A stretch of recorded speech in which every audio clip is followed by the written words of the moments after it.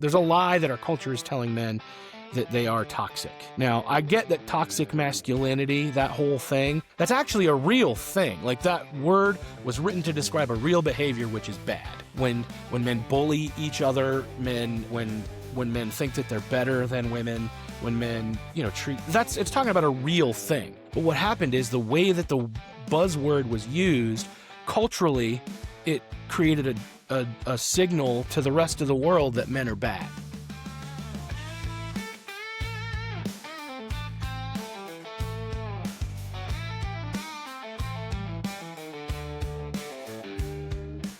Josh Hatcher, welcome to the show. I'm happy to have you here. Hey, I'm glad to be here, Ryder. Thanks for inviting me and opening up the airwaves, and let's have a good time, man. Yeah, absolutely. You emailed me last week, which it's the first time somebody's emailed me to be a guest on the show. Normally I have to cold email people. It's kind of crazy because like I get a bunch of emails every day, and half of them are nobody that I would want to have on. They just don't always get it because it's usually AI. You'll start recognizing the AI emails when you get them because you're like, there's always a specific format they follow. It's ridiculous. So yeah, podcasting is so much fun, dude. And I saw your show kind of come up in my feeds as I was scrolling, and I'm like, oh, I like this. This is good stuff. So yeah, you're doing good stuff, man. And the algorithm is telling people like me that it's good. So Wait, well, that's a good thing. I'm just here to, just like yourself, I'm here to help men and start a movement for men because, in my opinion, I feel like we're struggling. I would assume that you agree as well, just based off of your movement and your messaging too. Yeah, we've got similar movements and messaging. So, but honestly, that's kind of like, I think the thing that made the difference for me in recognizing this was something I was supposed to do is, I started the journey on my own. My wife, we were in a rough spot, weren't making any money. And my wife, comes upstairs and the kids are downstairs. We were homeschooling and I was self-employed at the time. And like, I had like, I don't know, like have you ever been self-employed, Ryder? No, I haven't. Okay, good. It's hard. Yeah. I was in one of those moments where everything was going wrong. Like all my clients were ticked at me because I wasn't getting anything done on time. And then like I got hacked by the Palestinian Liberation Army. And like, so I build websites for people, and, Okay. And so all these websites got hacked and they replaced them with free Palestine flags. And this was like years and years ago, like 12, 13 years ago. So I literally spent 2 weeks just going in and restoring all these websites from backup. A couple of them, there weren't a backup, so I had to rebuild them from scratch for free because I was hosting these websites, right? Like this was on me. It was my responsibility, not their responsibility, So I just worked for free for a week and a half and got them all fixed. And then the people that were waiting on me are now delayed and everybody's just unhappy with me, right? Mm. I was working until like 3 a.m. in the chair in the bedroom, and I'd go to bed and I'd wake up at 10, and then I'd come downstairs and I'd get some food and I'd just growl and snap at the kids because I was just at this place where I was behind. We were making like almost no money, and there's no relationship that can happen when you're that consumed by something, And so my wife, who was a Sunday school teacher at the time, comes upstairs and she gets right up in my face and she points her little finger at me and says, I told you I'd love you and I'd be married to you forever, but did you have to make it so damn hard? When the Sunday school teacher swears at you, you got to get your stuff together, Yeah. Yeah, absolutely. And Absolutely. so literally I just, she went downstairs, I shut the door, I pulled out my little brown journal and I'm like, who am I? And I started writing down all the things that I knew were true, all the things I knew that God had called me to do, all the things that I knew were true about myself. And I started there, and just wrote it down. And that was honestly, I didn't realize it yet, but that was the birth of Manlihood because that was where I started pursuing and looking for some of the answers that I needed. And as I started doing that, I just kind of, I've always been transparent, right?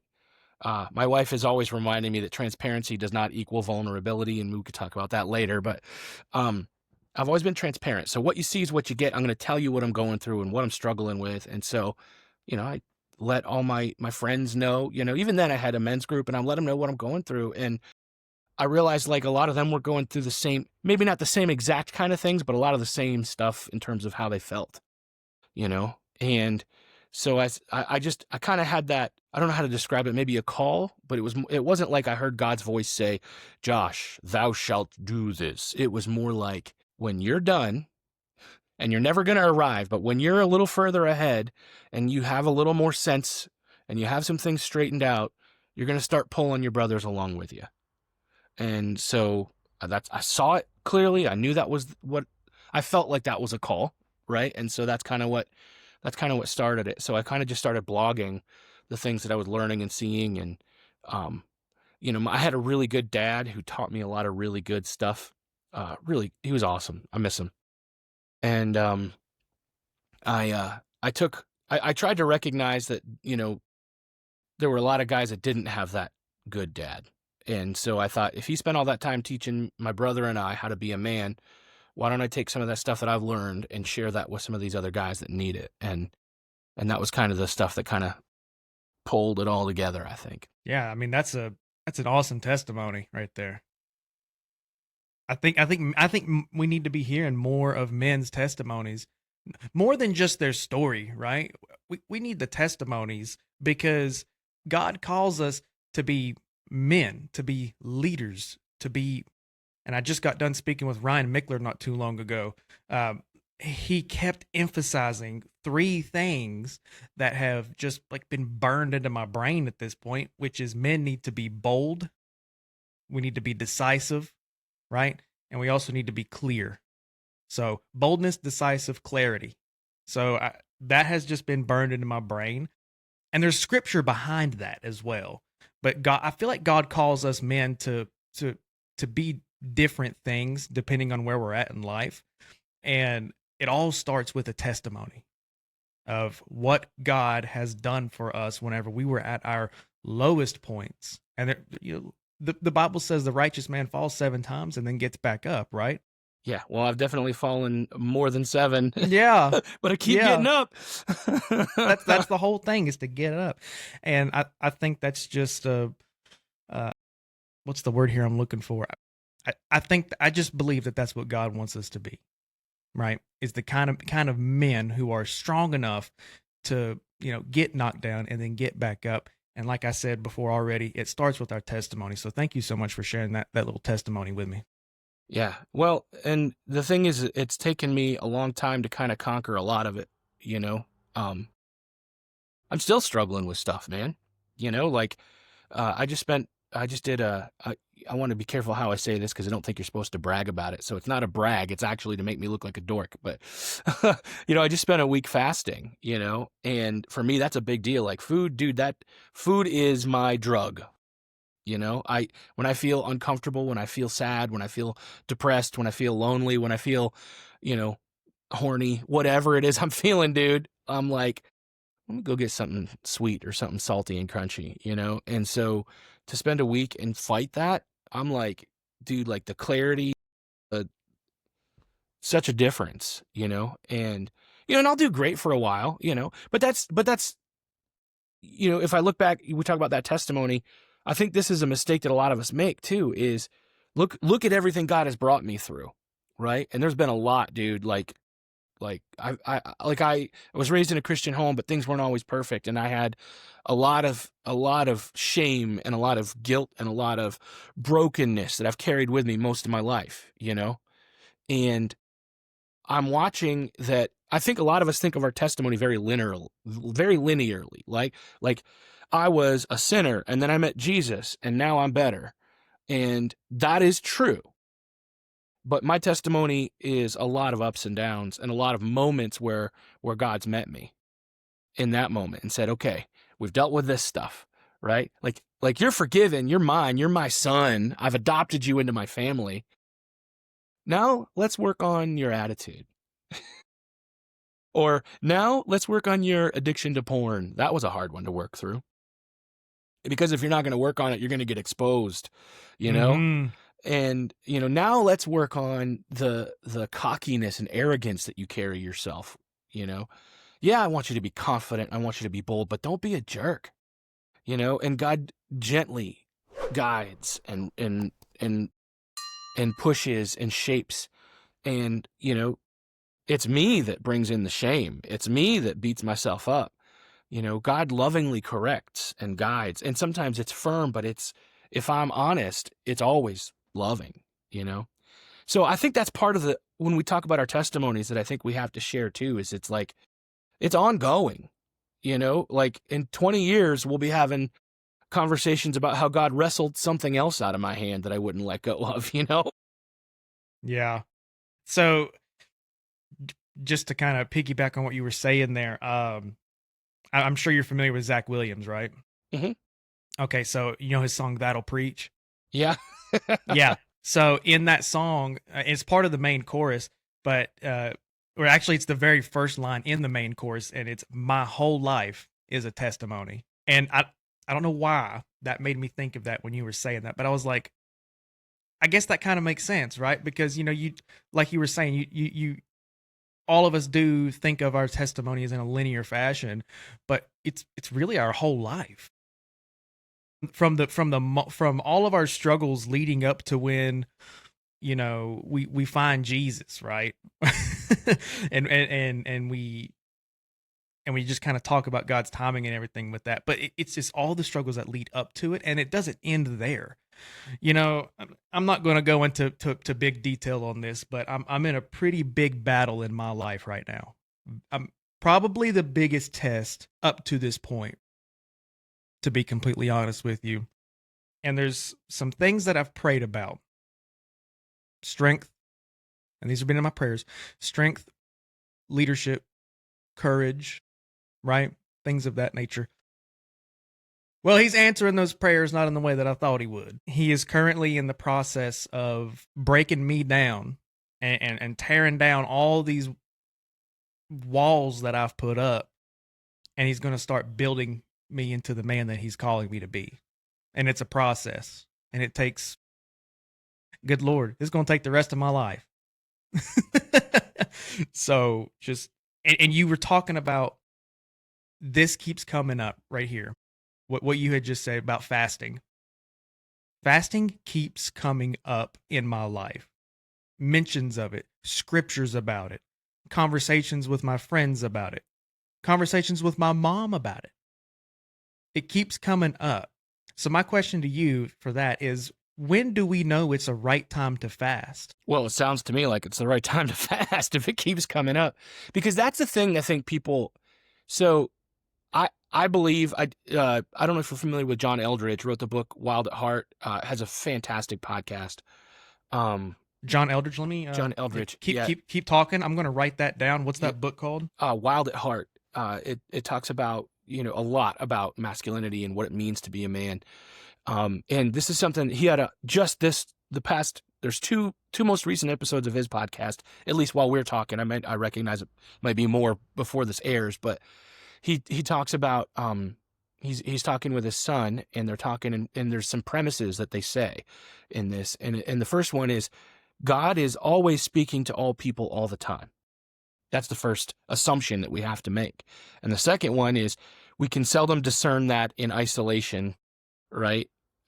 Because we're supposed to discern that through scripture and through each other. And, I think a lot of times we just forget, we picture God as he did his work and it's done, and we have the book, and now we just got to live by it. Well, if that was the case, they didn't need Jesus, because they had the book.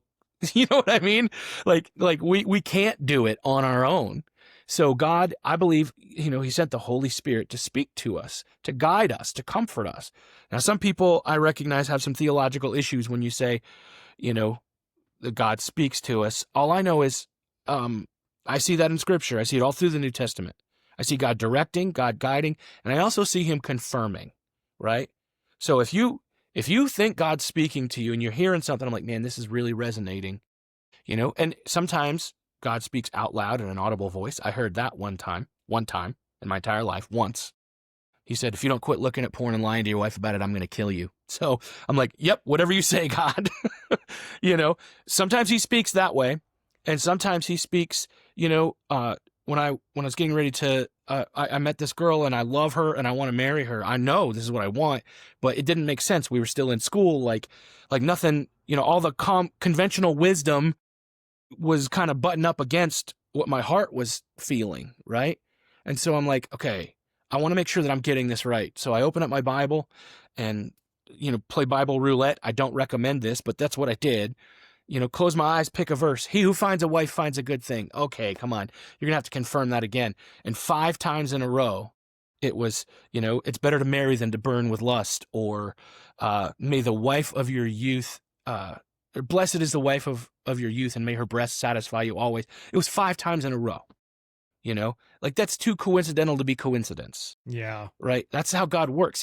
He's like, I could just tell Josh this, but I'm going to make sure he gets it. I'm going to give him every opportunity for this to be in front of him so he knows. So when you say that fasting keeps coming up, I think God's calling you to a fast, brother. Yeah, And I've never done it before. So I was raised in church, and I've gone off and on to church for my whole life. I've always heard about people fasting, while they're praying, and like you said, it keeps coming up, and I just keep asking, like, is this what you want me to do? Is this what you want me to do? Is this what you want me to do? Because fasting's hard. It's it is very really hard. difficult. And there are different ways you can do it if you've never done it before, right? So this was my longest fast for the sake of spirituality, right? Like I've done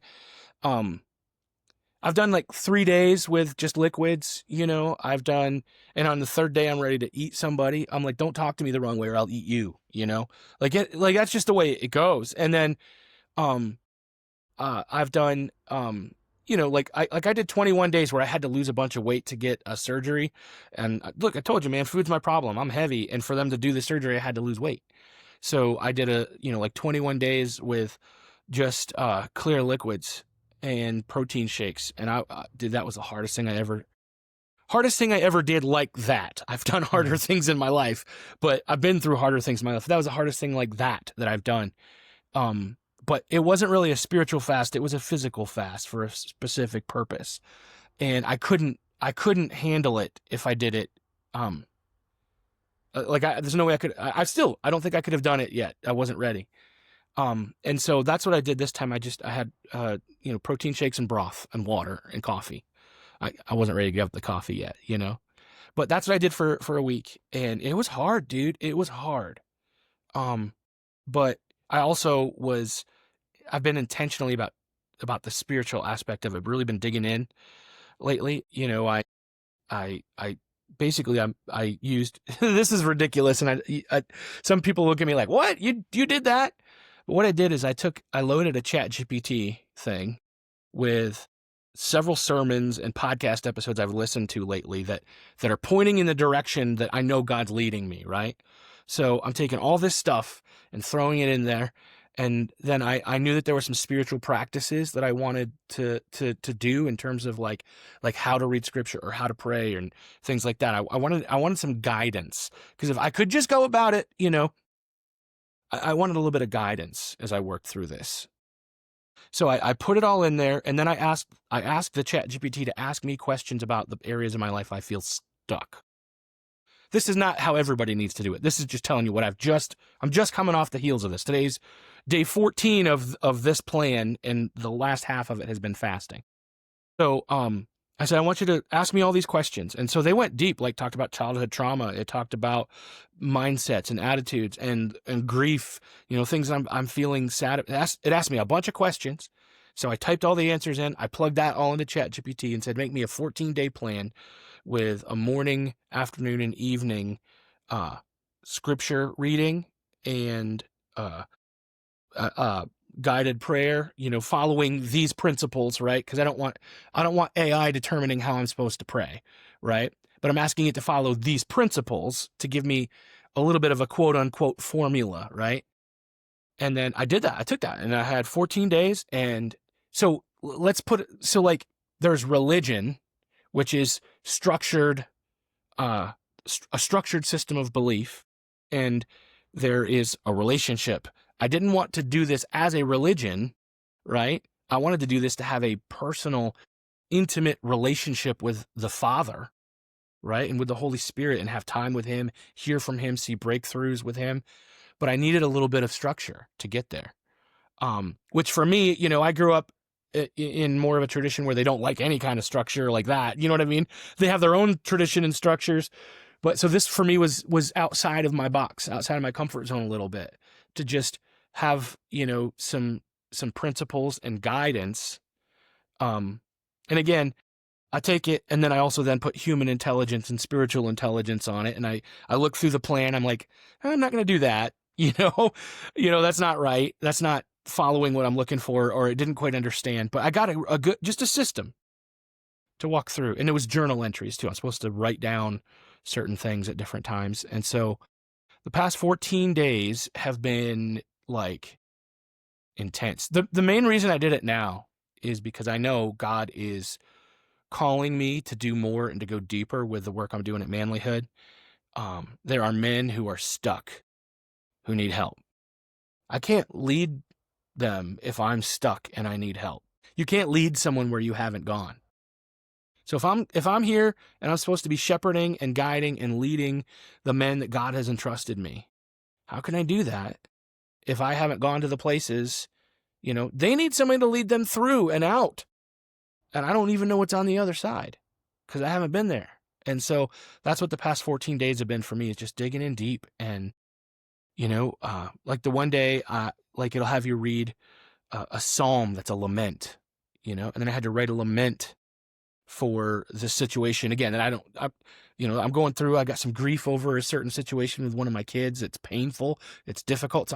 You talk about the hardest thing you've ever been through. That's been one of the hardest things I've ever been through.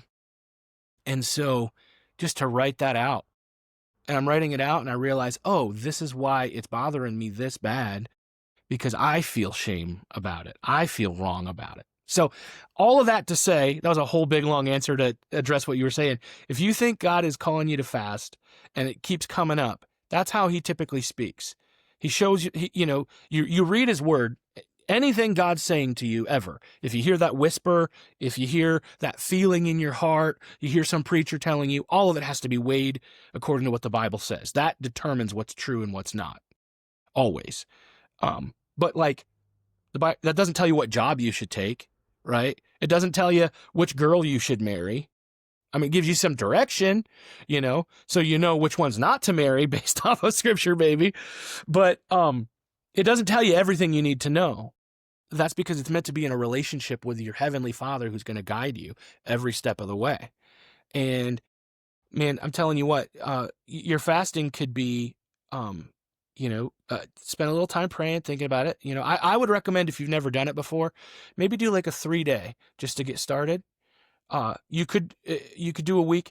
You could even do, so like, I mean, I'm not Muslim and I don't agree with Islam, but the Muslims will fast during the day and eat at night. I've done that. That's actually been a really helpful entry into it. You know what I mean? Because like, okay, I can't do, I'm not saying that, I agree with anything else they believe, but that concept, what your fast is not automatically prescribed. It always has to be this way, right? But, do something that deprives you of something. Maybe I know people who literally just fasted social media for a week. Now, here's something to keep in mind too. A fast is giving up something that is not necessarily wrong, or maybe even something that's good, to get something better. It is not giving up something you shouldn't be doing. So, if you are doing something that is sin, you can't fast from porn. You can abstain from porn. I mean, I'm not saying, I don't know that that's your issue. I'm just giving an example that a lot of guys might be out. Now, if you're fasting, you shouldn't look at porn while you're fasting. You know what I mean? But you also shouldn't look at it when you're not fasting. So, Yeah. give it up, for sure. Give it up. But recognize that that's not a fast by definition. That's obedience to God. When you're giving up the thing you shouldn't be doing, give that up anyway. And this is a good time to do it. Yeah, I don't know how much of the podcast of Man Mode that you've watched, but I've been a stay-at-home dad since February of 2024, and in that time, it's been nothing but struggles as far as my own personal identity. It's been nothing but struggles, with my marriage and with the kids and everything. And I'm not saying that initially to start off with it was a bad idea, because there was some economic, practical, logical reasons why I stopped working. But I think I've let it go on too long, And so I called my boss at the company that I was working at just yesterday. I called him just yesterday, and praise the Lord, I didn't burn that bridge. And I had a good relationship with, professional relationship with my boss over there at that plumbing company I was working at. And I called him up and I was like, "Hey, I'm ready to come back to work." And he said, "Okay, well, let me talk to the lead technician, see what we can do."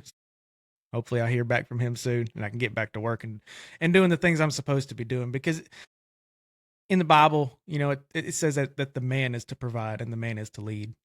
So Yeah, I think I don't know how I can provide and lead while being a stay-at-home dad anymore. Yeah, I don't know how I can do that. I definitely think there's a degree of provision that comes from you, right? I do think that there are times, right, where you make a decision economically, right? There's times when it's not necessarily wrong to be home with your kids. If you look at the culture that used to exist before the Industrial Revolution, you would have worked outside. You were agrarian, right? So you worked the farm. You worked at home. You worked with your kids, right? The Industrial Revolution changed all that and took dad outside of the home to work. So it was it's something. So a lot of this is our cultural understanding of it too. And I think that's important to make sure you weed some of that out, because the dad that worked at home to grow the food and to raise the cattle to feed his family, which would have been the picture all the way back to Bible times. Very rarely did someone there weren't a lot of merchants, right? There were some, but most of the time the work was done out of the home, right? And so dad was a lot closer with his kids. But I think that what happens is, and I've been there, right? I've been to the spot where I didn't have a job and my wife had to go to work for a little while, right? I've been there. And I think the hardest part is that as a man, you struggle with the sense of purpose when that happens. And that's where my encouragement to you, Ryder, is while you're working through that, whatever it is, your purpose is not to be a plumber. Okay? And or whatever. Your purpose is why are you here? Why did God make you? And then your mission is, what do I do about that? How do I use how God made me in the world? And neither of those two things are your job, right? And so yeah, I'm not going to be somebody who will ever say that a man can't be a stay-at-home dad. I think there's a time and a place where sometimes that has to happen.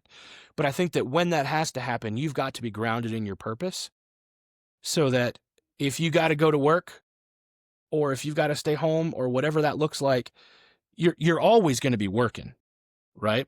Because if my wife is bringing home the income, I still have a responsibility to make sure, okay, are we using this income properly, right?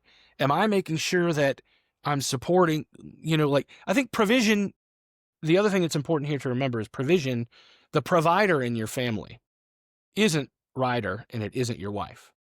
The provider in your family is God, and it always is.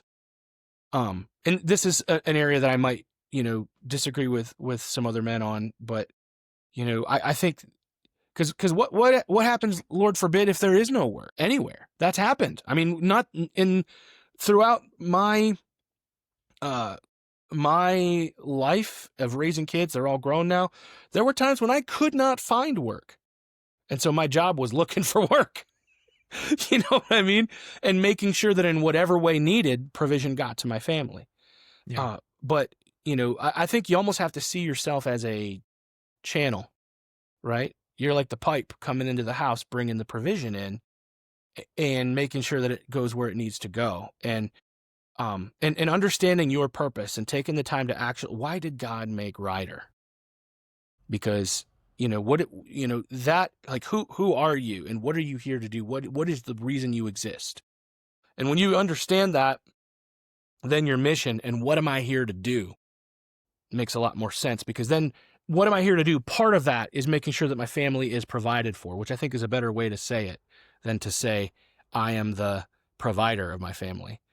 But to say my job is making sure my family is provided for, making sure God's provision gets to my family. And if that means I'm going out and I'm working an 8-hour day, if that means I'm out and I'm doing these things, and none of that is to negate what you are struggling and working through in this situation, in this season, because, I think just without knowing all of it, I don't need to know all of it. It sounds like you guys made a decision that seems like it made the most sense for your family at the time. And now you're recognizing, okay, it's not quite what I thought it was going to be. And I need something else. I need to be able to do something. I need to be more active because this isn't, it doesn't feel right. I think that matters because the picture that we have of the wife stays home with the kids and the father goes out to work. Like you look at the Proverbs 31 woman, she actually is out providing for her family too, right? It's not. What is that? Proverbs what? Proverbs 31. Okay. Yeah. She's out providing for her family too. She's making cloth and she's taking. I'm not saying that your woman has to make cloth and take it to the merchants, but that's what it's illustrating that she has an aptitude with money. She has an aptitude with provision herself, right? The Proverbs 31 picture is that ideal woman and who she is and what she's supposed to do. But our culture, now let me say this. Our culture was better when men worked and when women could stay home and take care of the kids. I'm not saying that it always needs to be that way, but I think that our culture was better because children had a parent at home with them, and especially when they're younger, a parent that is capable of the nurture that a young child needs, right? Like that's important and that matters. But I think that's more of a cultural observation than a scriptural observation, because I think what happens if we get too dogmatic about that principle and that concept, then we're adding things into the scripture that aren't there. Scripture does say if a man doesn't work, he shouldn't eat. And so I would say if you are a stay-at-home dad, you better be working. You better be cooking the meals. You better be changing the diapers. You better have that house clean so that when your wife comes home, she's happy, right? Yeah, I've definitely. And the reason why I brought this up in particular is because at some point there's going to be another stay-at-home dad that just happens to come across both of our shows, right? It's going to happen because the number of stay-at-home dads is increasing, just according to some statistics. And don't take my word for it. I tell people go do your own research on it, but it'll tell you that you have more guys staying at home or more fathers staying at home just because of different economic factors, educational factors. More women are getting degrees now than men are, and I think that that's a good thing, right? That women have the opportunities to do that. It's just, I feel like at some point you can take things too far. And what I mean by that is at some point you're asking women and men to be something that they're not, right? I wasn't designed to be a homemaker. You weren't designed to be a homemaker. Any man listening to this episode of this podcast was not designed by God to be a homemaker and a nurturer. That's just not our roles. That's not what the Bible tells us that men are. So that's why I brought that up. Yeah. Yeah. And I keep bringing up like my story and everything to people that ask me different questions and different guys that I talk to, because I like to think of it as I'm telling people this is the story because I'm telling them this story because this is the experience that I've had. I've lived it. And I'm telling you right now, my opinion, men should not be staying at home if possible. if at all possible, men should have a job and should be doing the things that, and like you were saying, right? Your job isn't necessarily your purpose. My purpose in life, like you had said, it's not to be a plumber. I'm still figuring out what that purpose is. And people that listen to this, and men that listen to this podcast, are still figuring out what their purpose is in life. I think this is controversial when I say this, but I think we all have the same purpose. What do you mean? So if your purpose is the reason you exist, when God was planning out eternity at the very beginning, right, before the foundation of the world, he knew we were going to be here having this conversation. He knew who we were. He knew who we were before we were born. He knew every bad decision that happened in the chain before us and every bad decision after us. And then he said, I'm going to make Josh happen. I'm going to make Ryder happen. And now there's a plan, right? There's an ideal. There's the things he wants me to do. But why did he make you? And I think that when we see when they asked Jesus about the commandments, and he said the greatest commandment is to love the Lord your God with all your heart and all your soul and all your strength. And the second is like it, to love others as you love yourself. Like, I think that gets to the heart of what our purpose is. That's why we're here, to love, to be in that intimate, close relationship with God. And kind of that secondary purpose is to be in good relationship with other people. So I think that is the core of our purpose. And I think that if we can get to that, then we recognize how that then shapes the mission of what we do and what we're here to do. Because so let's say I get this wrong, and I say my purpose is to be a good father, right? What happens if, like in the book of Job, raiders come and they just destroy his whole family and they kill everybody? Drive-by shooting happens. I'm in the middle of the woods. There's no drive-by shootings here. Drive-by shooting happens and wipes out all my kids and grandkids, God forbid. My purpose is gone if my purpose was to be a father. You see, I think that's what happens. We keep running into these crises, these crises of belief, because we're trying to figure out, who am I if I'm not this? You really want to see this play out. Look at a mother whose kids graduate and move on out of the house. Especially the first one. They are they're having an existential crisis. What's my point? Why am I even here? I'm telling you, I don't know very many mothers who handle that well. They all struggle with it because so much they have to pour so much love into that child that they forget why they exist, and they think that that's why they exist. And we see this when men get divorced too. Like, that's a horrible thing. It's painful. There's enough pain there, but if you've tied up your purpose into that relationship, it's not gonna work. Your purpose is not to be a good husband. Now, that might be your mission, and your mission can change. You can get a new mission if something happens, right? Let's say, if something happens to my wife, at least until God gives me another wife, right? If my wife passes away, and at least until he gives me another wife, that's not my mission anymore, is to be a good husband. I can't be a good husband if my wife is gone. And I think the same thing then comes true then when we look at all, you've been given so many skills. You have a good skill for podcasting and interviewing people. You have a skill for being a plumber. You have a skill for doing whatever, you have a skill of being a good dad. We want to use those skills, those abilities, in a way that honors the mission that God's called us to. Okay, that's a good way to think about that. That's a good way to think about that. I've never had that sort of insight before. That's really interesting, and I like the way that you put that. Right, so, right, our purposes are pretty much the same, right? Like you were saying, our purposes are the same, but how we get there and how we navigate that, and the works that go into it is what's different, and the missions are different. No, I can't say I disagree with that. I think that there is a lot of value for a man taking the time to write out his purpose right, within the context of his relationship with God, with his creator. But I think that And I think that that's the problem that anyone who doesn't believe in God is going to struggle with, or believes in a false God is going to struggle with, because they're gonna lay it out, but it's missing something, and it will always be missing something, because the reason that you were created was for you were created for eternity. Even if even if God knows that you're going to reject him, right? Even if he knows that that's going to happen, he still chose you and created you and made you for the purpose of loving him.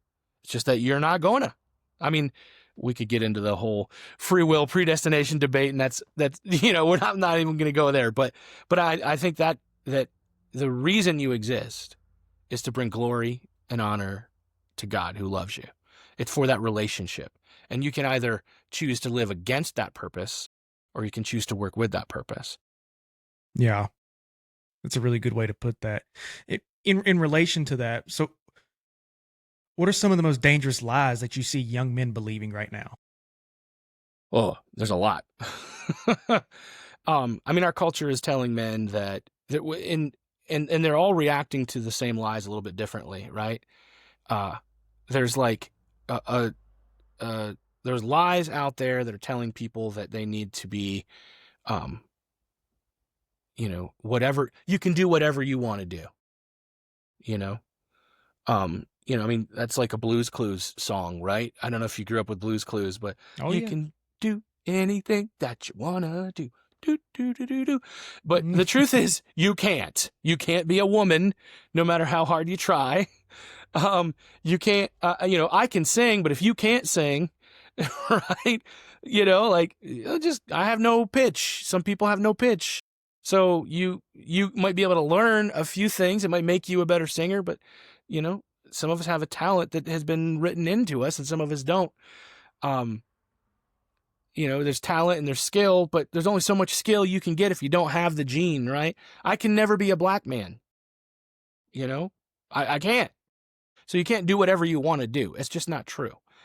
And the other lie that young men are believing is that this is important too, is there's a lie that our culture is telling men that they are toxic. Now, I get that toxic masculinity, that whole thing, that's actually a real thing. Like, that word was written to describe a real behavior, which is bad, right? When men bully each other, men about their manhood, right? When men think that they're better than women, when men, it's talking about a real thing. But what happened is the way that the buzzword was used culturally, it created a signal to the rest of the world that men are bad. And you see that whenever you see like the debates about the bear. Do you remember that story of like, oh my gosh. Yeah, like, would you rather meet a man alone on the trail or a bear? And they're like, I'd rather the bear because he'll kill me instead of putting me through all this crap.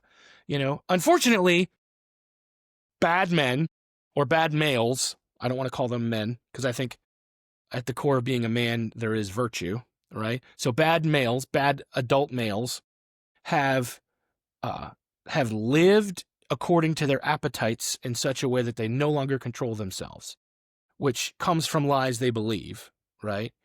And that's where the extent of you can do whatever you want to do leads. You do whatever you want to do. If you want a pretty girl, you take her. If you want to feel good, you do whatever you got to do to feel good. You want money, you cheat and you steal and you lie, So there is that the reason that these stereotypes about men exist is because men are doing, or males are doing, a good job at living those out.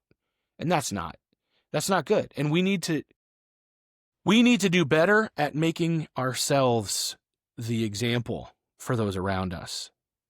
Yeah. And I don't think we're doing that the way that we need to. No. And large numbers of men, are not doing that. I've always argued that there's no such thing as toxic masculinity.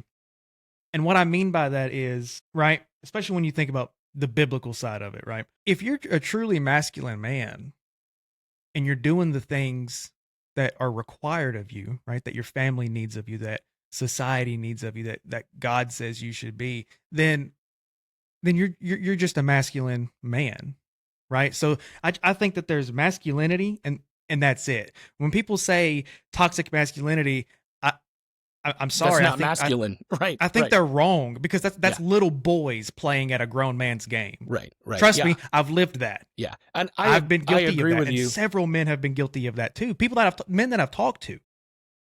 When I use the phrase there, and I say it's a real thing, the thing they're describing, that they've used the words toxic masculinity to describe, that thing is a real thing.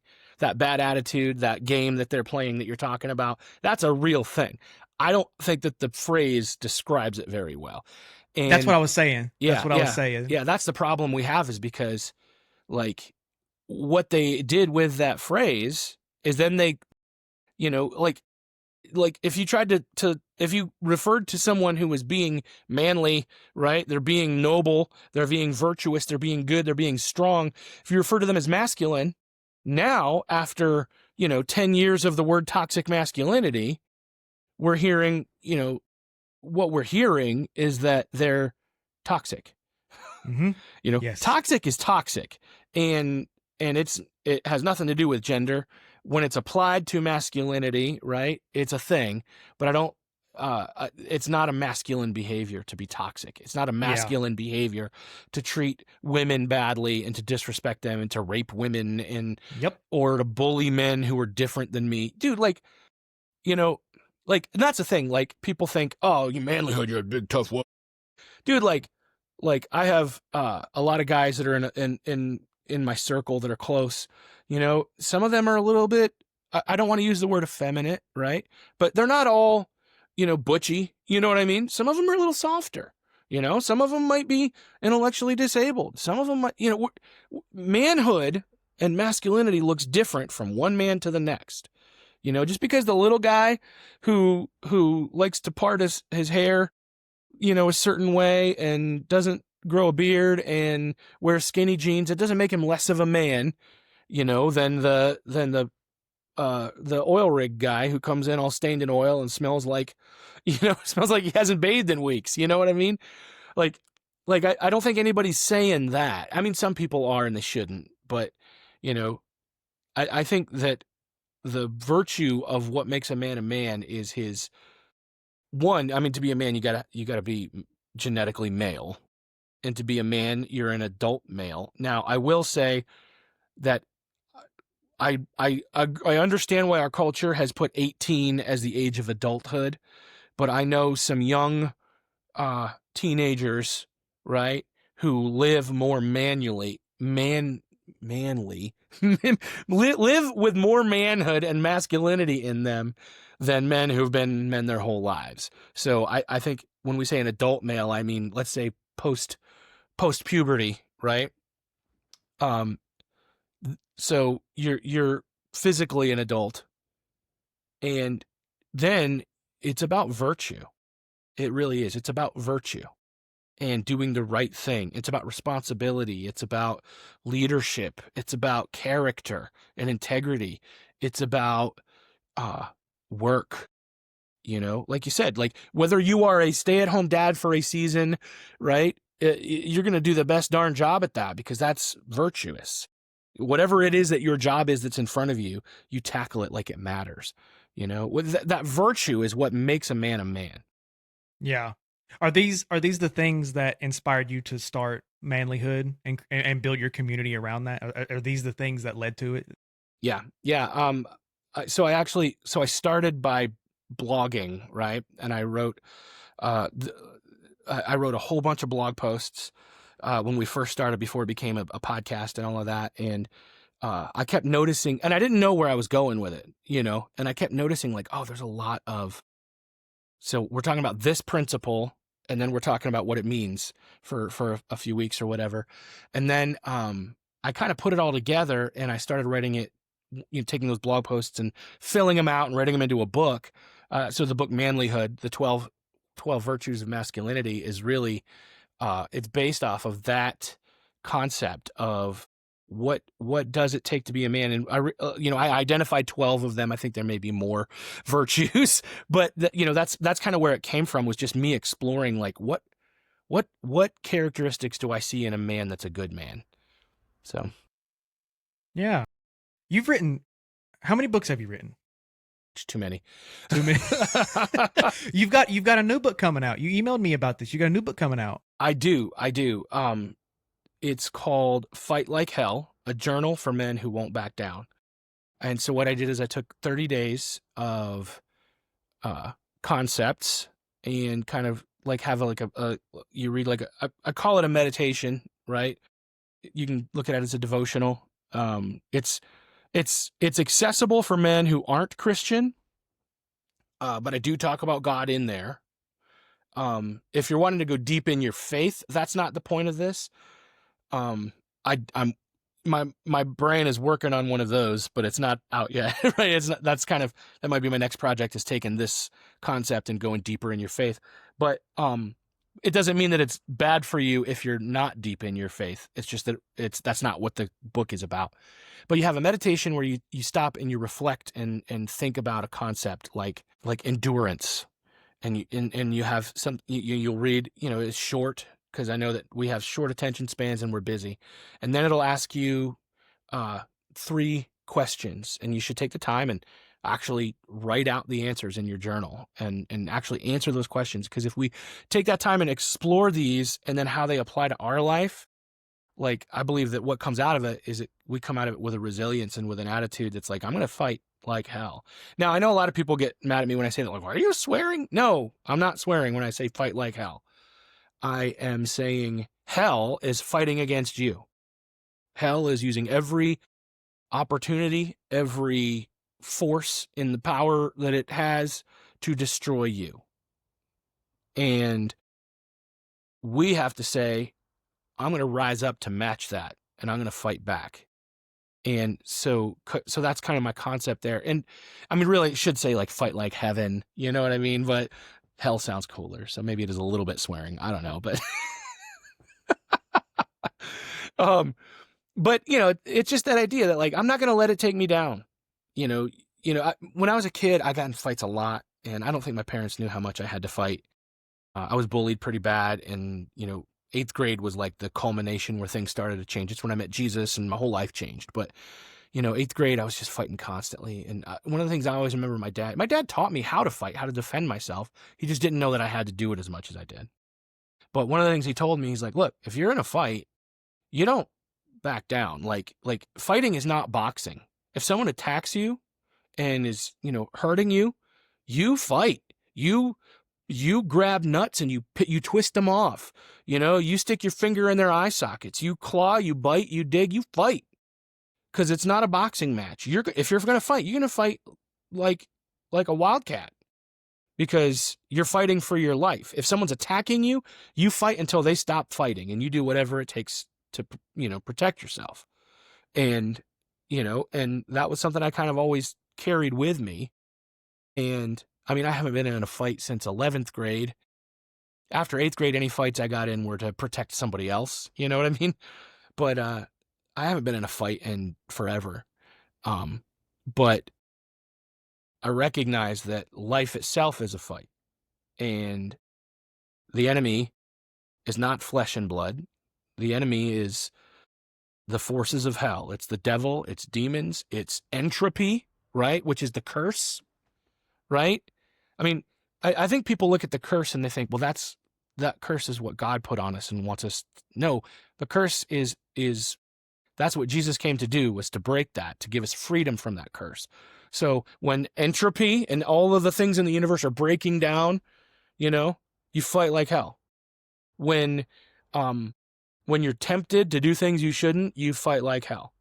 When bad things are happening to your family and you need to defend them and protect them, you fight like hell.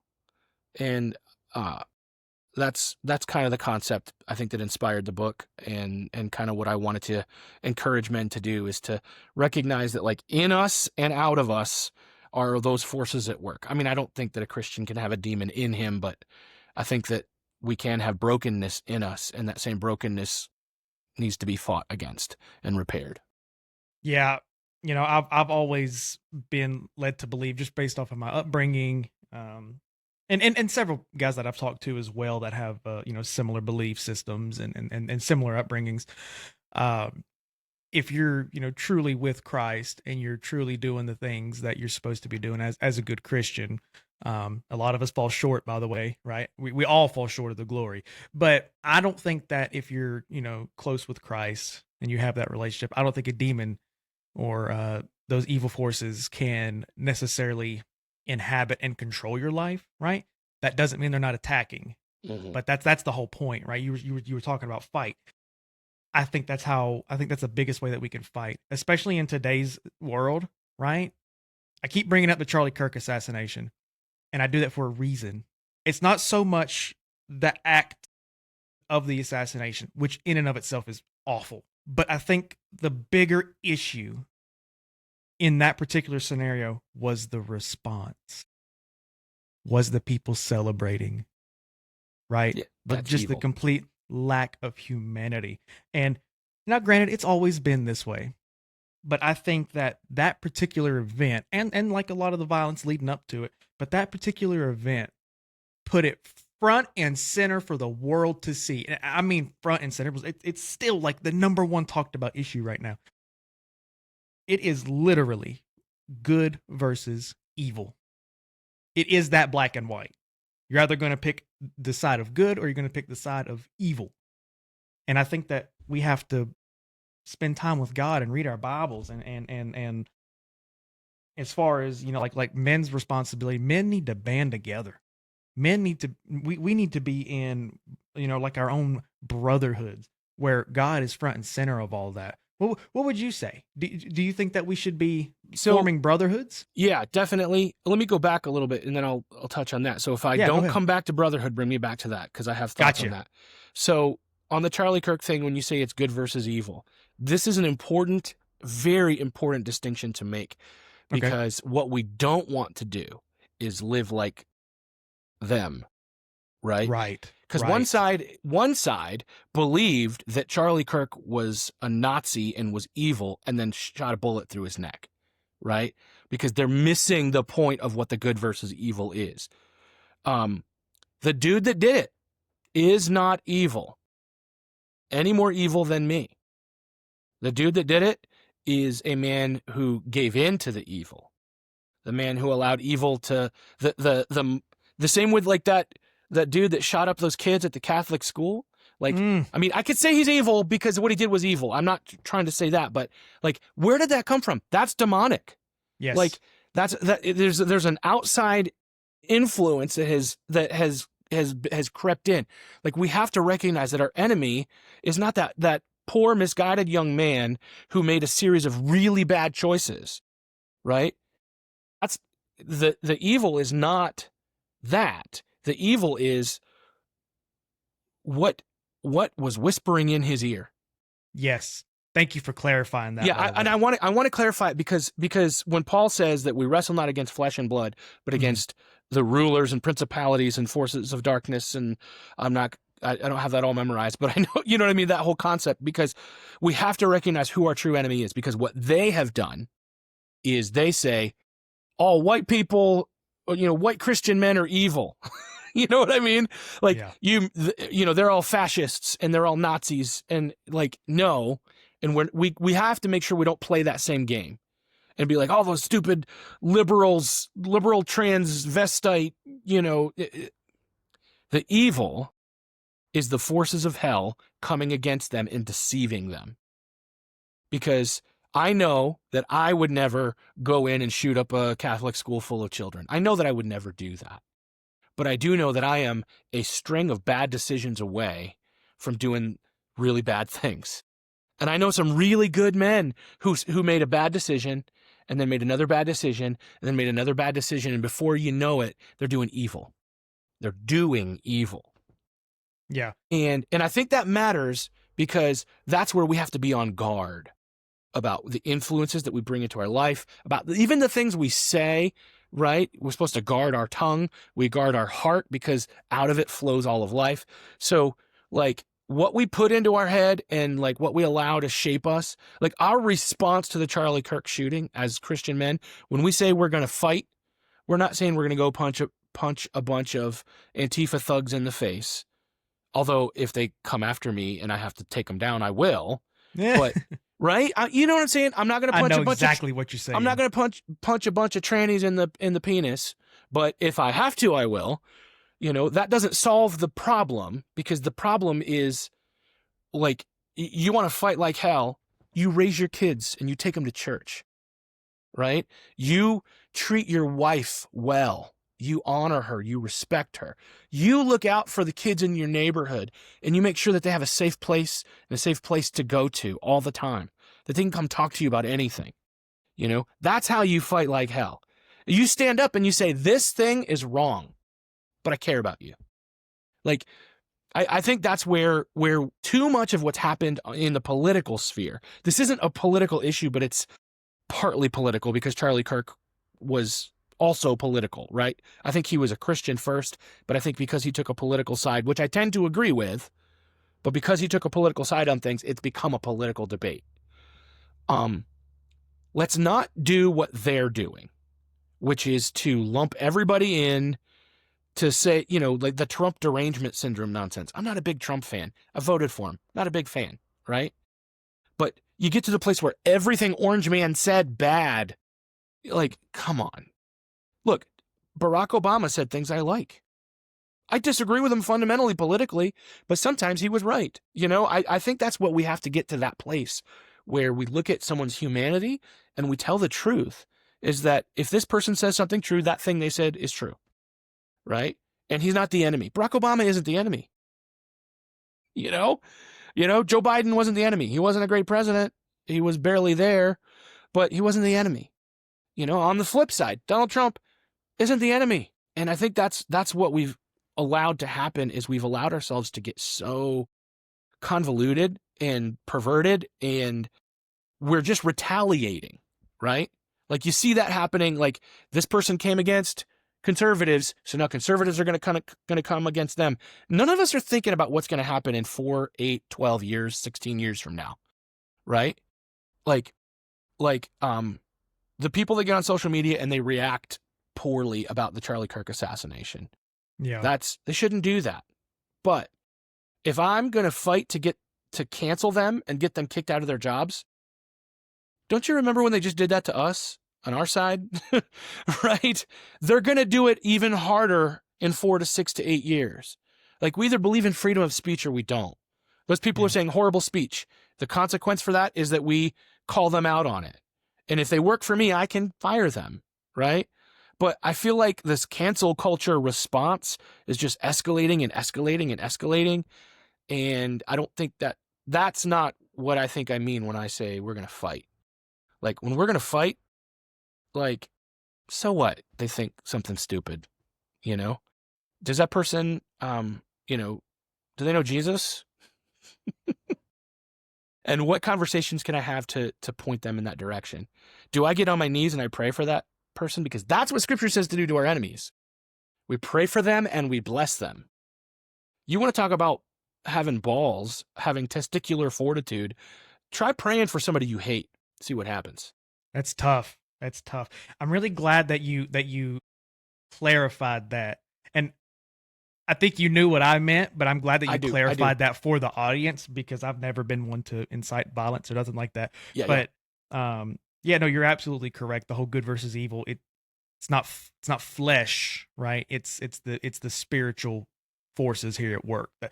And I'm really glad that you held my words accountable for that. You know what I mean? Because I don't want people to get things misconstrued here. Absolutely not. And you know, look, there may come a time when we do have to physically fight for something. I mean, like, I'm not against that either. Like I said, you know, somebody shows up at my church and they've got a gun. You know what I mean? I'm taking them down. I hope somebody shoots them in the head. That's not hate. That's protecting. That's loving the people that are in my life. Like, you know what I mean? You know, I hope somebody shoots him in the head so he can't shoot anybody. You know, like, that's what I want. Not because I want him dead or I don't care about him, but, like, we need to end the threat, right? That person has gone so far that they've lost control, and other people that are innocent will die. The shedding of innocent blood is evil. So we're going to stop that, you know? And, like, you know, there's a time and a place. I think Augustine talked about the just war doctrine, right? There's a time and a place where that's appropriate, you know? But yeah, I think when we're fighting, we have to make sure that we're really fighting our enemy. And the kingdom of God is so often upside down of what we want and the way we think it ought to be. So Yeah, you're absolutely correct on that one. I just I just don't like the times that we're living in right now. Everything feels so uneasy. You know what I mean? I think that it's just the, not just the political landscape, but like the physical landscape of everything right now. All the violence, all the hate, all this ridiculous rhetoric going around, these evil ideologies being perpetuated everywhere you go. And I mean, you turn on the TV, go ahead, turn on TV to any major media news source, and you're gonna see that they're indoctrinating people with some really hateful and evil ideas and opinions, and people are buying into it. And I think it's just a time that we need to really get serious about praying, about, like I was telling you before, forming those brotherhoods with like-minded men, so that you can be a leader in your household. You can be a leader in your marriage. You can be a leader, at church if you want to be. You can be a leader in your communities. You don't see men's groups. So here where I'm at, right? Yeah. In North Carolina, this area in North Carolina that I'm at, there is nothing for men outside of some churches, but there is nothing for men around me. So my question then, Ryder, is what are you doing about it? And I think if you're listening to that, like, because that's the thing that a lot of guys will say to me. They're like, well, I don't have any friends. Then make some. You know what I mean? Well, there's nothing like that for men here. Then do it, because it costs nothing. All you got to do is clean up your house for a Monday night, right? It doesn't even have to be clean, but enough that it's not, growing mold or something. It should be clean anyway, but clean up your house enough that you can sit together, make a pot of coffee, and you sit down and you just talk. Like, you don't have to have a Bible study to go through, so like, you don't have to be a preacher. You don't even have to have it all together. Just get your guys together. Yeah. Say, hey, look, I want to get some guys together. And if your church isn't supportive, do it anyway, because it doesn't matter.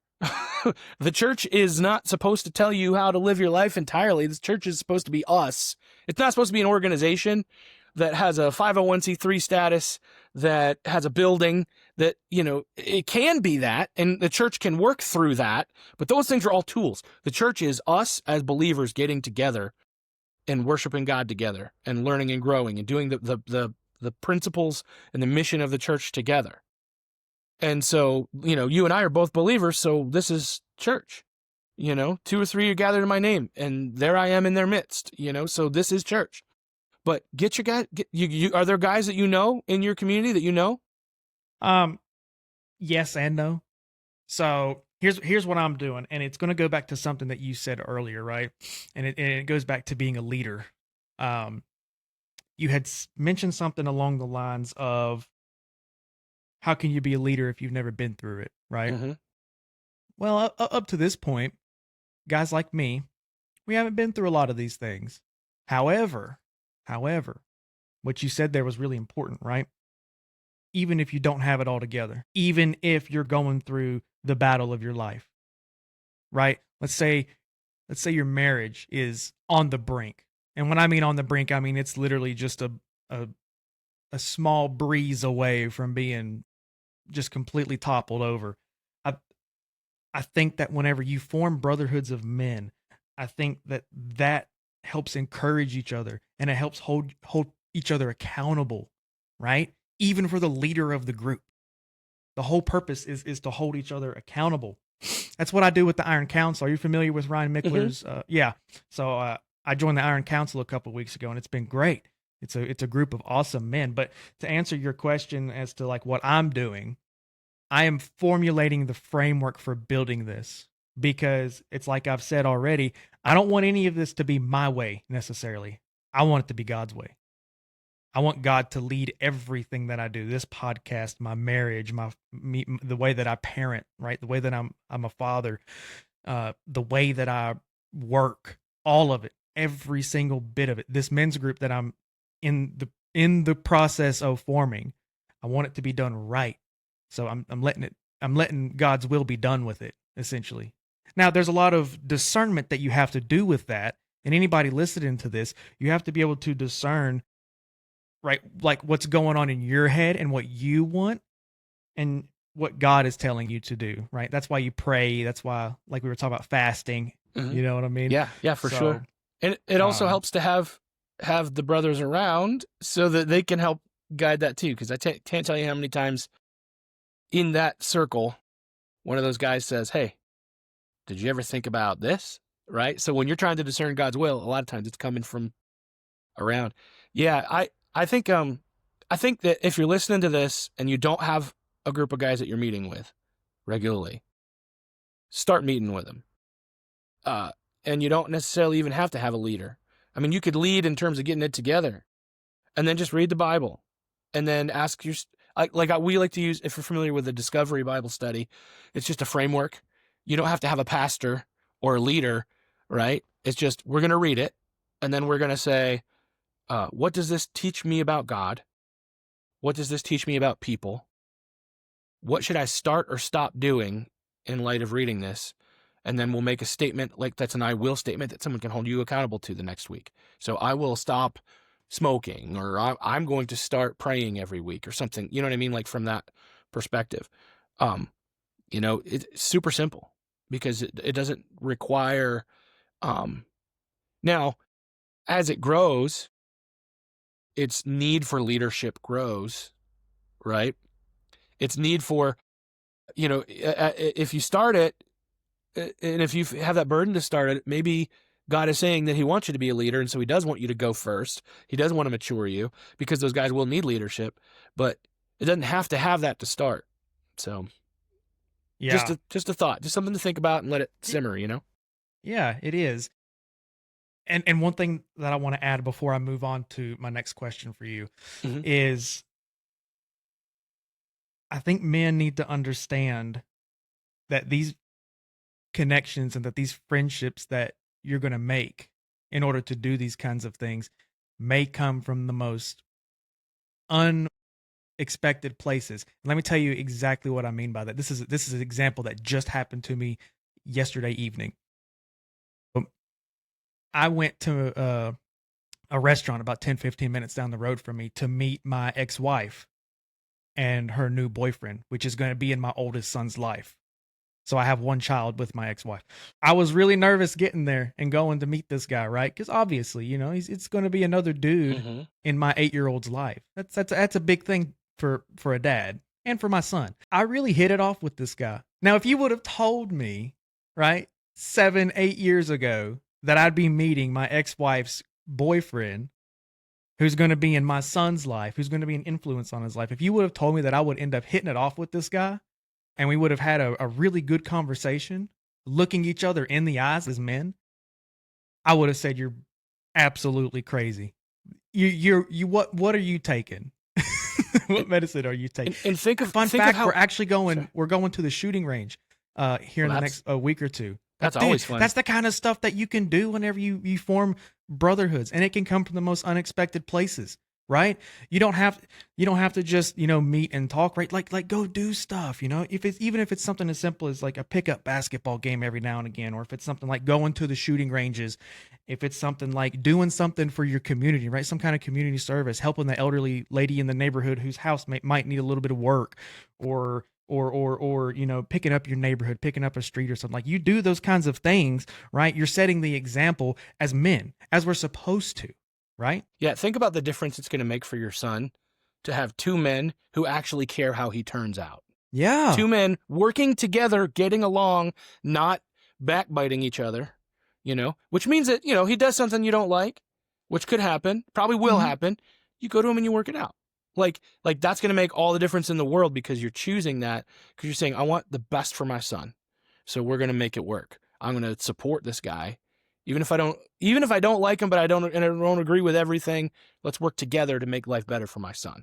He on the other hand of this, on the other side of this, he's so 10 years from now, he's going to look back, provided that everything works out the way it should, he's going to look back and be like, I have my dad and I have my stepdad. It's kind of like I have two dads. He's got two men who care about him. How awesome will that be? Yeah. And you could sabotage that, or you can say, We're going to make this work. Yeah. And it was just so nice. And I think a lot of guys need to hear this, right? Because they go through divorce and they go through all of the things that go with, especially if you got kids, right? You know, at some point you have to make the decision for how things are going to go moving forward. At some point you have to show a level of grace and understanding And leadership too. Absolutely. For sure. You have to. You don't have a choice, especially when it comes to your kids. If you're going to break any sort of generational traumas that have led up to your being as a man, if you're going to break those things, then it's up to you. It's up to you. Now, it's simple, but not easy. The decision is not all that difficult. It's the things that go after you make that decision. That's the hard part. That's where you build the depth, right? So I tell anybody, absolutely anybody, you know, whenever something like this comes up, and these are the kinds of questions that guys like you and me get a lot. We have to lead. We have to lead. It all comes back to that leadership factor. The responsibility of society, of everything, is on our shoulders as men. And that's exactly where it's supposed to be. And you have to accept that, right? And I'm somebody who tells stories through my own experiences, right? So that's just kind of how it goes. That's why I bring up my life a lot and everything, because these are things that people can relate to. And I'm sure you do the exact same thing too. So the next question that I have for you is, how many kids do you have? I have 4. You have 4 kids. Okay. Mm-hmm. Just making sure. And 3 grandkids. 3 grandkids. Wow. Mm-hmm. You That's do not look old enough to have grandkids. Well, the fat pushes out the wrinkles. So how has fatherhood shaped the way that you view manhood? From the moment, so my wife and I were married on the 4th of July, 1998. On the 4th of July, 1999, we had twins, a boy and a girl. And from the moment that my son popped out, like, I was excited to have kids, but I was scared, right? I mean, I didn't know what to expect. And I tell people this all the time, because a lot of people are like, well, I don't have what it takes to be a father. Everything you need comes with that baby.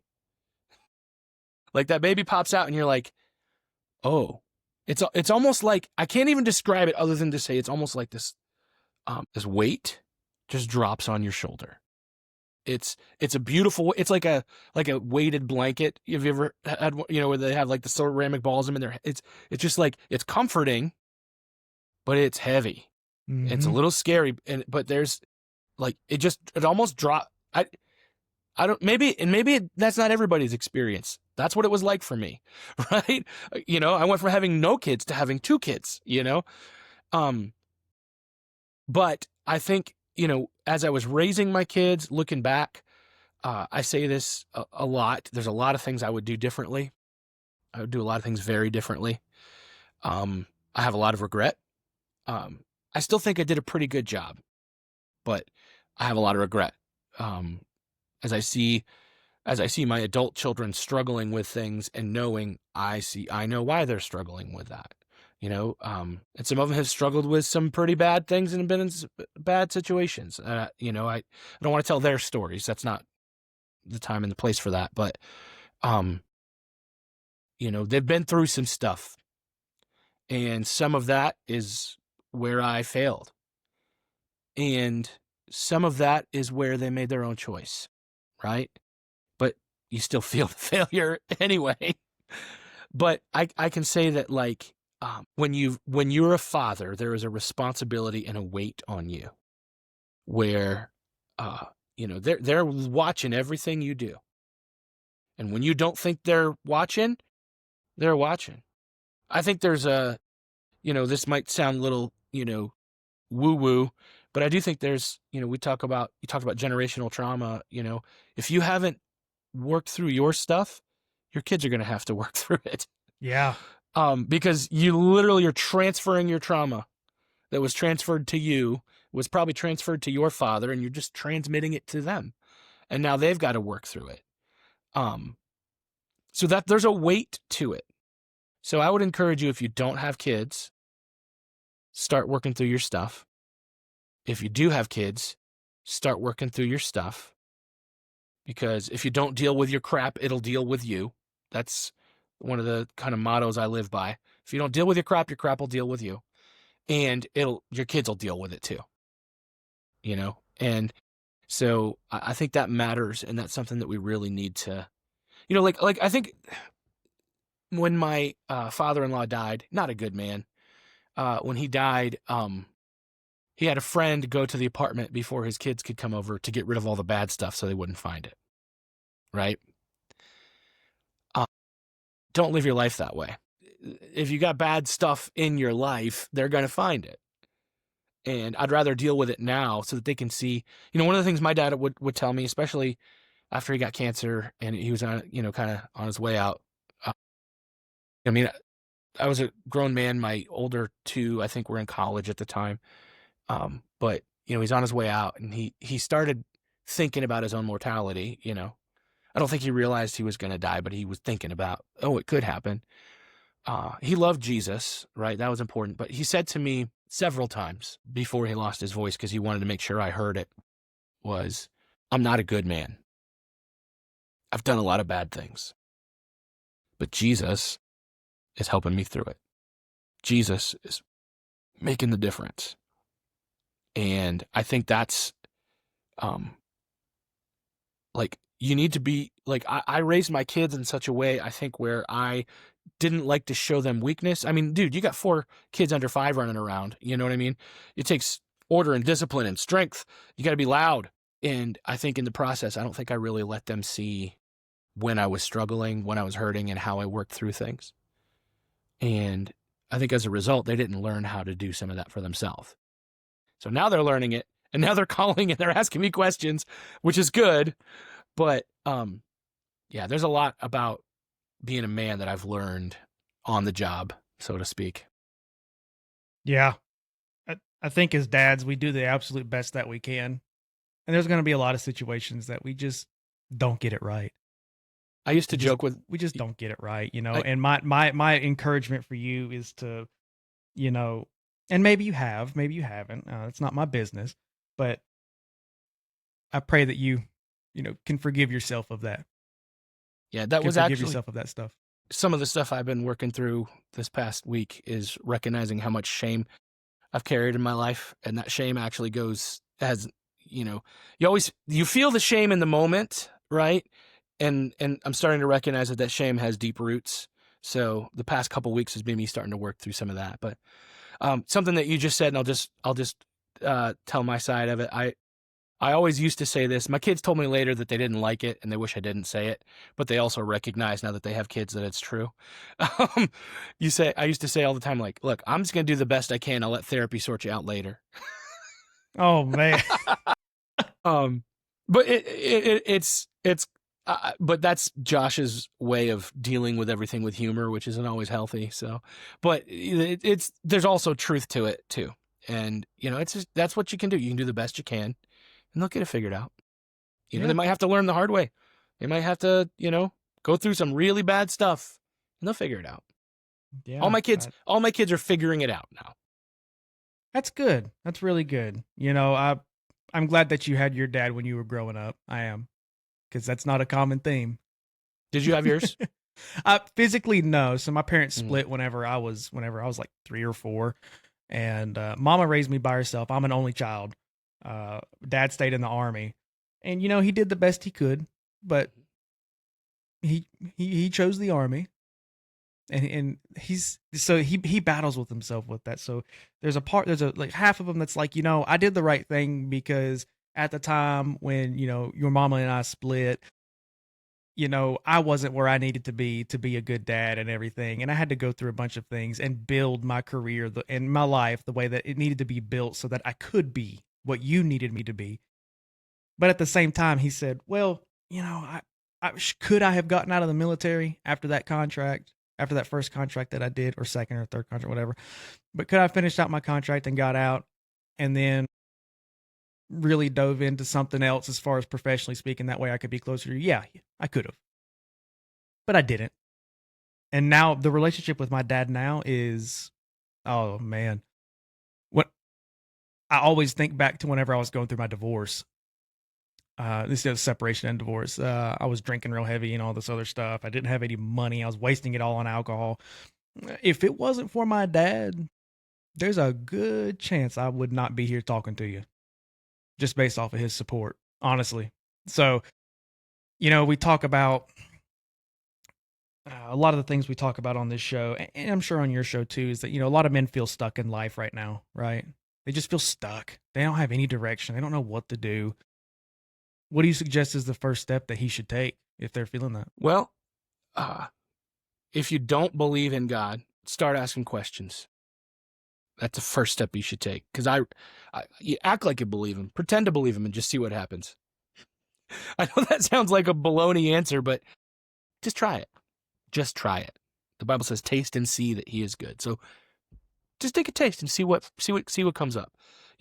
I honestly think if you don't believe in God or aren't sure if you believe in God and you start hanging out with the guys at church, they're actually going to be happy you're there even if you don't agree with them. Go, find out, dig in, explore it. What's the worst that can happen? You learned about something and met some nice people that care about you. So that's the first step if that's your spot. If you believe in God and you're stuck, dig in. Dig in. Take it seriously. Stop talking about it and do the work. Actually dig in, learn, spend time praying, spend time reading the word, spend time connecting with other believers, other men, because that's where the difference is made. And I mean, I could give you the whole, manlyhood answer, and it could all just be about personal development, which I do a lot, right, in that sphere. And I try really hard to make sure that my platform is accessible to anybody, no matter what they believe. But honestly, the honest to goodness truth, if you're stuck, you might need a hand to pull you up out of it. Psalm 40 says, he lifted me up out of the pit, out of the mire and clay. This dude was burning rubber and got his back tires stuck in the mud, and God picked him up and put him on the rocky road. If you're stuck, ask for help from the one that made you, that knows you better than anybody else. You don't have to stay stuck. I agree with that. I agree. That's what I tell people too. Look to your heavenly Father, whatever that looks like for you. As far as, back to dads here, and I've just got a couple more questions for you. I know. But I'm a talker, so I am too. I'm Southern. We're windy as could be. When I was a kid, all the elders in the community would tell me, you as windy as a sack of potatoes, and I never knew what that meant. But I'm just as windy as could be. But anyway, what's a piece of advice you would give a father raising sons versus raising daughters? I actually just recently asked this question. I saw Ryan Mickler had posted in his group chat, how's a father supposed to connect with a 12-year-old daughter, asking for a friend, and that friend is me, right? And so I actually asked my daughters, hey, when you were 12, and I sent him a screenshot of Ryan's post. I'm like, when you were 12, what did I do right? How did I help you? How do you, because I feel like we had a really good relationship then. So what were we doing right that made it work? And both of them told me that one, I cared about their world, but I was inviting them into mine.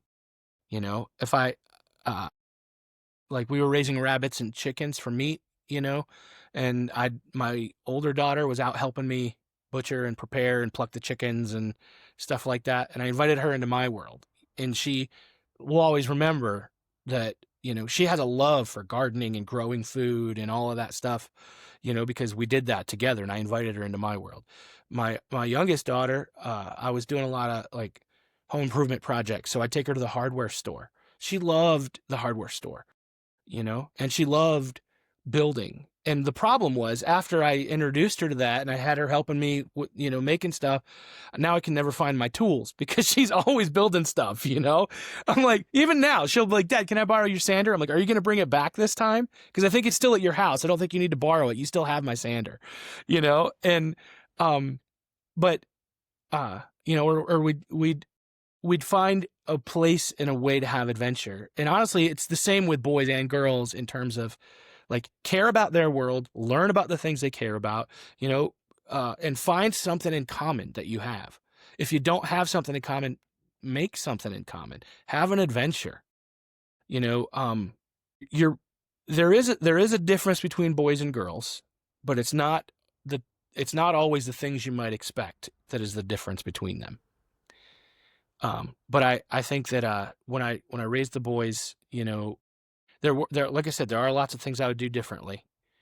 But you know, making sure that when the boys are becoming men, that you affirm that you give them an opportunity. On their 18th birthday, I gave them each a different ceremony for them. It was a little bit different for each of them based off of what mattered to them to help them kind of enter into manhood. I think girls just kind of become women, all right? Like they get their period, they become, you know, they just, oh, I'm a woman now. Like men, there's a little bit of ceremony that has to happen because if they didn't hear from their father, you're a man now, they're going to be asking that question the rest of their life. And so find a way that you can memorably impart that on them. Manhood is imparted. Yeah. I feel like I feel like girls get more support when it comes to becoming a woman than boys do when it comes to becoming a man. And I think part of that is because at some point, every boy has to cross into that threshold of manhood alone. It's something that's a very personal, deep kind of thing. I think that's a thing that happens alone. And I think that as fathers, we have to understand that. And Nick Freitas said this in one of his videos, but I think fathers need to understand that they are ultimately training their replacement in society. And crossing that threshold into manhood is a lonely venture. Now, you don't have to be necessarily, or you're alone when you cross into that. You don't necessarily have to be lonely whenever you do it, but you're alone when you do it. So, yeah, that's just how I see it. Because as dads, we just have to prepare them for that, and then, and then we affirm it in them too. You know. Yeah, that's the thing. You have to acknowledge it. And you have to acknowledge when they've done that, when they've done this thing, when they've gone from being a little boy and they've crossed into that threshold of manhood. It's so important that us dads acknowledge that and celebrate it for them. And keep acknowledging it. You know, I tell my son all the time, man, I'm trying to tell my son all the time, man, you're a good man, you know, or you're a good dad, or you're a good husband. Like try to affirm that in him because if you think about it, I want to hear that. Mm-hmm. You know what I mean? And even though they're on their own and they make their own responsibilities and they have their own decisions that they make, somebody's got to, you know, if I want that in my life and I appreciated it when my father did it for me, I need to do that for others. And I think it's kind of like, you know, it's investment, you know? So it comes back to you. It grows. It does. Absolutely it does. So what does leaving a legacy look like to you? I think about this a lot. When my dad died, we had to have his funeral at the fire hall because no church in town was big enough. Cashiers and waitresses and bank tellers and everybody loved my dad.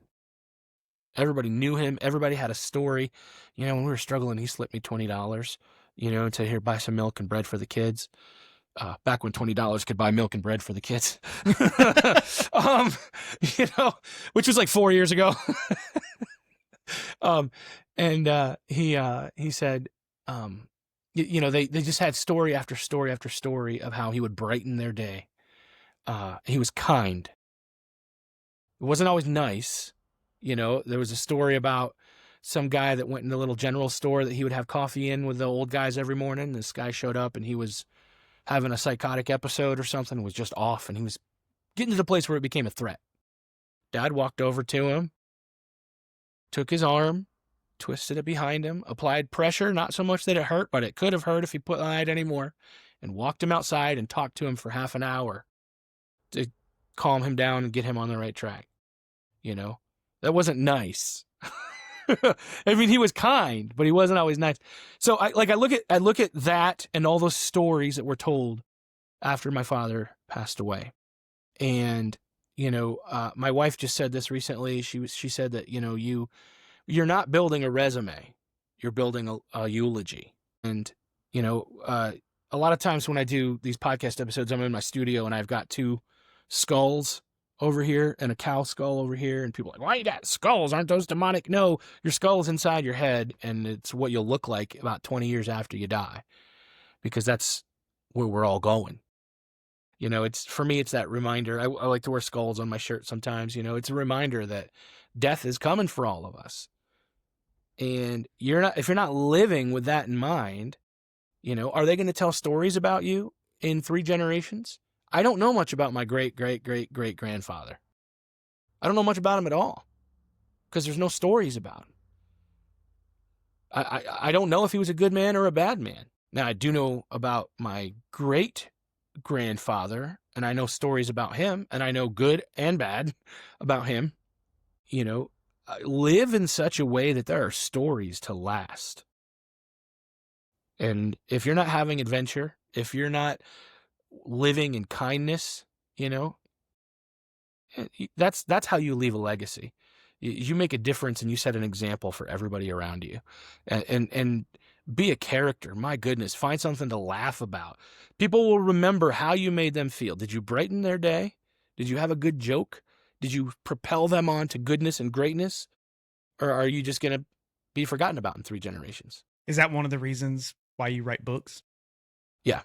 Yeah, for sure. When I was in 8th grade, I had an English teacher who just like affirmed in me my writing. Right, we had to write a journal entry every day, and I'd get the red pen back, and she'd sometimes make a correction here or there, but she would always say, "You're a good writer."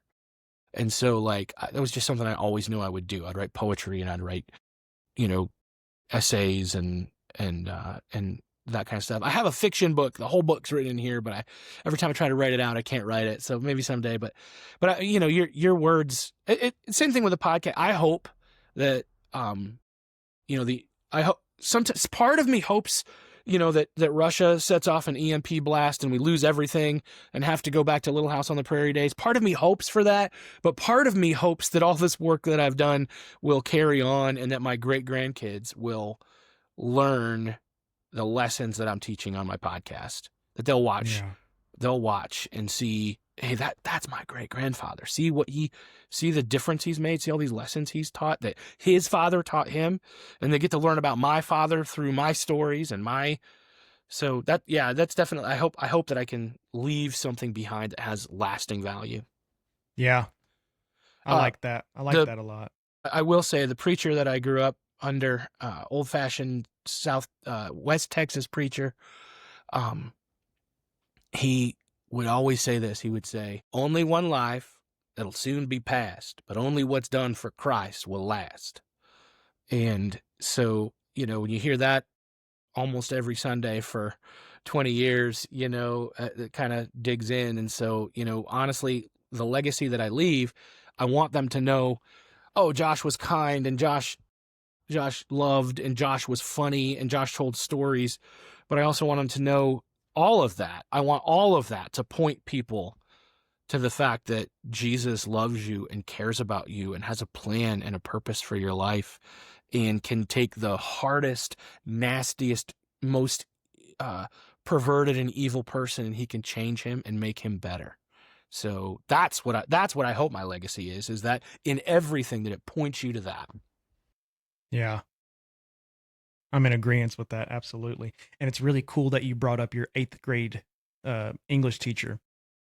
My 8th grade English teacher has been very influential on me as well, even now, because for me, she is the epitome of how a strong woman looks. She survived breast cancer several times.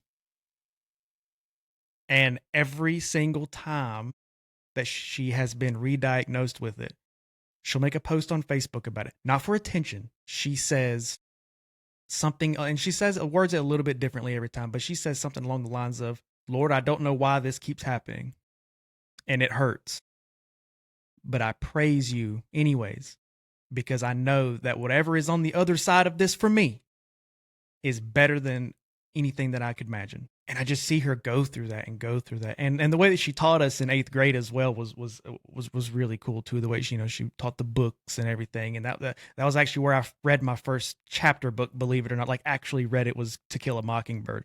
And yeah, that's really cool that your 8th grade English teacher was influential on you as well. Yeah, I got to meet up with her a few years ago. One of the things I invited my daughters into is I think my daughter was about 17 or 18 at the time, and we did a poetry challenge where every day we'd write a poem and hold each other accountable to it, and then at the end of it we published books on the same day. So we had a book signing, and my 8th grade English teacher came, and she got to meet my daughter, and we kind of struck up a friendship, and I hadn't seen her in many years, and man, she just like watching her, like, she felt proud. I mean, I know she was proud of me, but she got to see, okay, here's a guy who, he's writing these poems because I taught him how. You know what I mean? Yeah. Like, that was pretty cool. That was pretty cool. She was a tough one too. She was awesome. Yeah, man, it's wild where you get some of the inspiration for your own life, even if it's not from just another man. It can be from women too, But hey, just last question for you. I guess it's kind of a 2-parter. When is your new book coming out? 3-part question, actually. So when is your new book coming out? Where can people find all of your works, and how can people connect with you? Yeah, so the book will be on Amazon. The release date is October 15th, so I don't know when this episode airs, but October 15th is when it goes live, so I'm kind of excited about that. So you can get it on Amazon. And if you go to manlyhood.com, you can connect with me there. All the socials are linked up there, or just look up Josh Hatcher, and I'm on Facebook or wherever, and I'll usually pop up. When you type in Josh Hatcher, a jazz musician and a minor league baseball player and me. So if it's a jazz musician, it's not me. If it's a minor league baseball player, it's not me. And the other one's me. So this episode is actually going to have a relatively quick turnaround. So normally I'll record and then the episode will come out not that Monday, but the following Monday. But this one's going to have a really quick turnaround. So we're recording this on October 4th. It's going to come out on the 6th. Okay. So I've got. Go ahead. Yes. So pay attention, because that book will be dropping really soon, October 15th.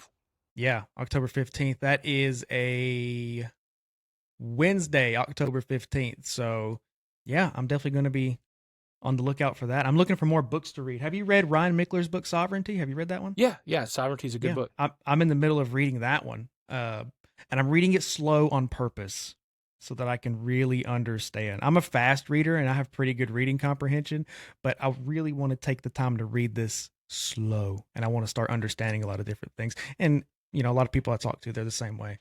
But hey, add Wild at Heart. Add Wild at Heart by John Eldridge to your list. I wrote it down. Got to read. That's what you got to read. Yep, I wrote it down because I wanted to really get into that one and read it. But Josh, thank you so much for this. Thank you so much for your time. Thank you for all your books that you've written, and I'm looking forward to reading your new book coming out. And I'm really excited to hear more from your podcast, Manlyhood, as well. Awesome. Well, I appreciate you having me on, and this is a good conversation. So thank you, man. Yeah, absolutely. And for those who are listening or watching on YouTube, make sure you like, comment, subscribe, and make sure you go subscribe over to the Manlyhood podcast as well. Some really good content coming out of there from Josh. And yeah, Josh, thanks again. We'll see you later. Thank you.